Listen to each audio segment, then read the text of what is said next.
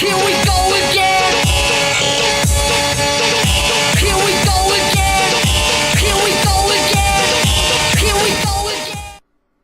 The end is This is the story of a man named Stanley. Stanley worked for a company in a big building where he was employee number 427. Employee number 427's job was simple. He sat at his desk in room 427 and he pushed buttons on a keyboard. Orders came to him through a monitor on his desk, telling him what buttons to push, how long to push them, and in what order. This is what employee 427 did every day of every month of every year. And although others might have considered it soul-rending, Stanley relished every moment that the orders came in, as though he had been made exactly for this job. And Stanley was happy. Okay. And then one day, something very peculiar happened. Something that would forever change Stanley. Something he would never quite forget. He had been at his desk for nearly an hour when he realized that not one single order had arrived on the monitor for him to follow. No one had showed up to give him instructions, call a meeting, or even say hi. Never in all his years at the company had this happened, this complete isolation. Something was very clearly wrong. Shocked, frozen solid, Stanley found himself unable to move for the longest time. But as he came to his wits and regained his senses, he got up from his desk and stepped out of his office.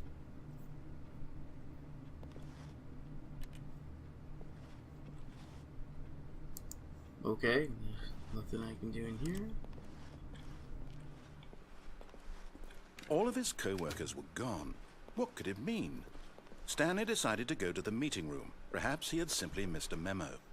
No matter how hard Stanley looked, he couldn't find a trace of his co-workers. Yeah, no kidding. Okay.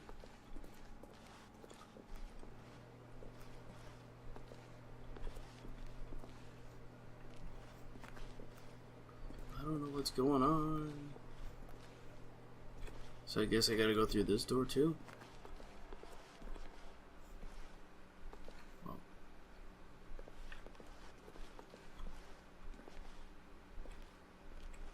There's a hose.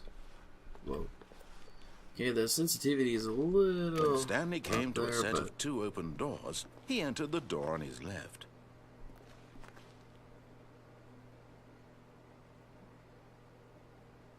So wait.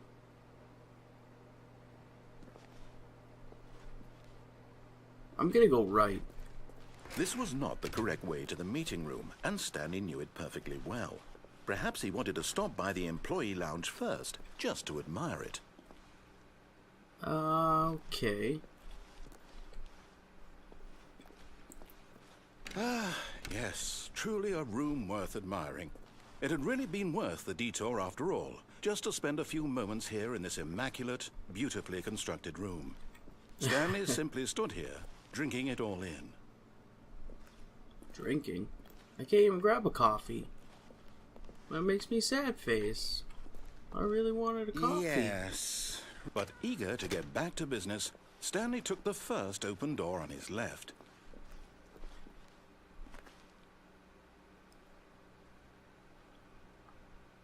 You know what? I'm gonna go one more time right.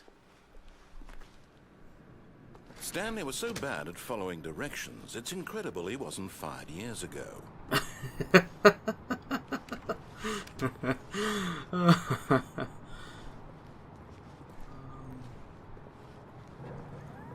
Look, Stanley, I think perhaps we've gotten off on the wrong foot here. I'm not your enemy, really, I'm not. I realize that investing your trust in someone else can be difficult, but the fact is that the story has been about nothing but you all this time. There's someone you've been neglecting, Stanley. Someone you've forgotten about. Please, stop trying to make every decision by yourself. Now, I'm not asking for me, I'm asking for her. Huh. This is it, Stanley. Your chance to redeem yourself. To put your work aside. To let her back into your life. She's been waiting. Okay. Whoa. That's her, Stanley. You need to be the one to do this, to reach out to her. If you can truly place your faith in another, then pick up the phone. Okay. This is quite interesting. This is so different. Oh, Stanley, is that you? Hold on, sweetie. Sorry to keep you waiting. I'm just pulling the bread out of the oven. All right. Okay, there we go.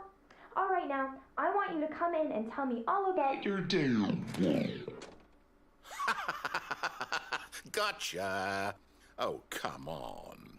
Did you actually think you had a loving wife who'd want to commit their life to you? I'm trying to make a point here, Stanley. I'm trying to get you to see something. Come inside. Let me show you what's really going on here. This is a very sad story about the death of a man named Stanley. V. Stanley is quite a boring fellow. He has a job that demands nothing of him, and every button that he pushes is a reminder of the inconsequential nature of his existence.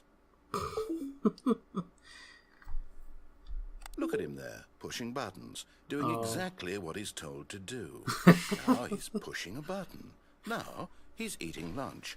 Now he's going home. Now he's coming back to work. One might even feel sorry for him, except that he's chosen this life.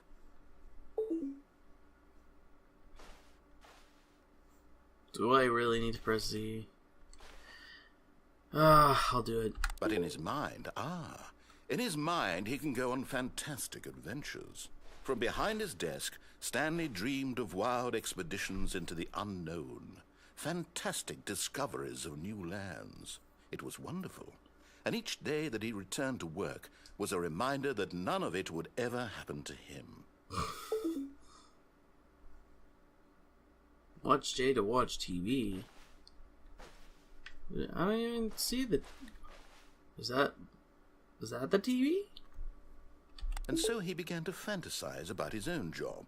First, he imagined that one day while at work, he stepped up from his desk to realize that all of his co-workers, his boss, everyone in the building had suddenly vanished off the face of the earth.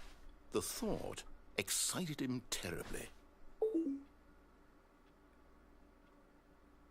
Okay, this is actually kind of interesting. So far, I'm enjoying this game. So, he went further. He imagined that he came to two open doors and that he could go through either. At last, choice. It barely even mattered what lay behind each door. The mere thought that his decisions would mean something was almost too wonderful to behold. Okay, let's see about preparing dinner. As he wandered through this fantasy world, he began to fill it with many possible paths and destinations. Down one path lay an enormous round room with monitors and mind controls. And down another was a yellow line that weaved in many directions. And down another was a game with a baby. And he called it the Stanley Parable.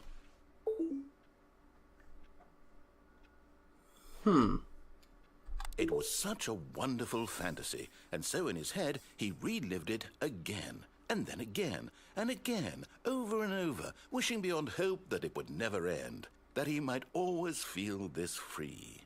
Surely there's an answer down some new path, mustn't there be? Perhaps if he played just one more time. Press 2 to tell your wife that you love her? Okay, I'll tell the mannequin. But there is no answer. How could there possibly be? In reality, all he's doing is pushing the same buttons he always has. Nothing has changed. The longer he spends here, the more invested he gets, the more he forgets which life is the real one. Yeah, well, no kidding.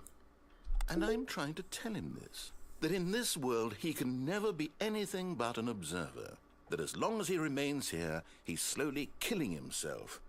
But he won't listen to me. He won't stop. Here, watch this. Stanley, the next time the screen asks you to push a button, do not do it. You see? Can he just not hear me? How can I tell him in a way that he'll understand that every second he remains here, he's electing to kill himself? How can I get him to see what I see?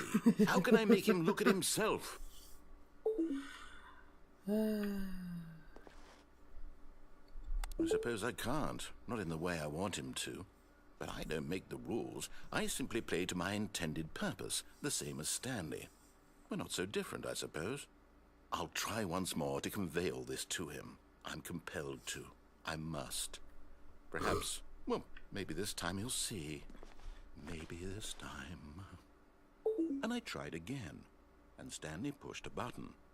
And I tried again, and Stanley pushed a button. And I tried. What?